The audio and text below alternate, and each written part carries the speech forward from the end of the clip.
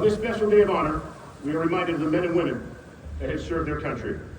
Their voices form a powerful chorus in sacrifice, resilience, and in many cases, healing. These are not just stories of war, they are life stories. Stories of bravery, loss, intense camaraderie, and perseverance. It is my distinct honor to interview these men and women as they offer a rare glimpse into the realities of military life. I am reminded of them today.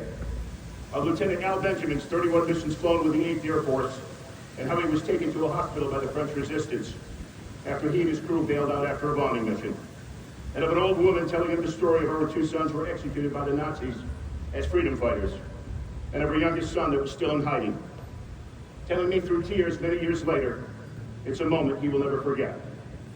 Of Navy Quartermaster Dick Sherman, amazingly involved in 5 major invasions in the South Pacific Theater, recalling Okinawa, always on the lookout, always on the controls, the relentless kamikaze attacks, hitting one of his ships 21 times, and asking him if he was ever afraid, and his direct reply, "You're damn right, every single day." Of Navy Seaman Elliot Sklar, involved in 4 invasions of the European theater, who told him there not being any chance to enjoy the holidays during the war, where his ship was on duty 84 days in succession, and telling me that his ship lived by 3 words: eat, sleep, survive, and how much it disgusted him that African American sailors that had fought bravely and earned medals had to sit in the back of a bus. I'm reminded today of Art Kelly, United States Marine Corps, who recalled coming into Buckner Bay and seeing just 3 ships, then awakening the next day to see over 3,000, and never forgetting the voice of the ship's chaplain on the intercom saying, "God is with us, the second bomb worked."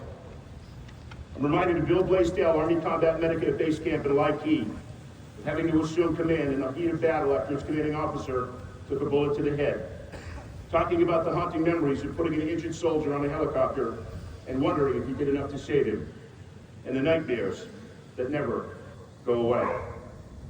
I'm reminded today of Corporal Frank Borelli, United States Army, telling me of the intense horrors of the Nazi death camp Buchenwald, and being led into a room and seeing where SS doctors made lampshades from the skin of dead prisoners, and his commanding officer stopping in his tracks and whispering, "My God in heaven." Telling me through tears many years later, it's a moment he will never forget. I'm reminded of First Lieutenant Mabel Peters, Army Nurse Corps, telling me of her work at Sternberg General Hospital in Manila, and of a horrific Japanese bombing, her gasping for smoke, eyes burning, feeling numb, like walking in a dream, and a grotesque scene with patients' bodies blown from beds, her only thought that she must go on to take care of the living.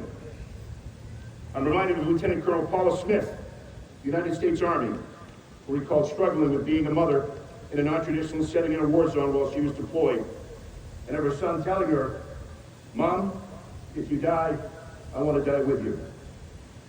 I'm reminded today of Colonel Kevin Doyle, United States Army, recalling fighting through the dense jungle in the Ashaw Valley and being on patrol for up to 6 months, slogging through the rice paddies knee-deep in mud, leeches clinging to his skin, all while constantly alert for enemy ambushes.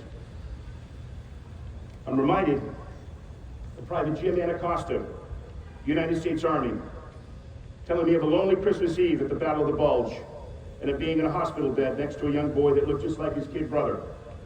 And when the soldier died 7 hours later, he was placed in the hospital tent morgue, the only body in there.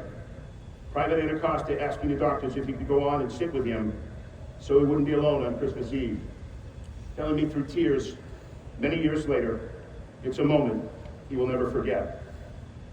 I'm reminded of Sergeant Barry Funfar, United States Marine Corps, who flew an amazing 127 missions as a door gunner, of flying back from Vietnam and being told not to wear his uniform, and the devastation he felt, and telling me the war never goes away.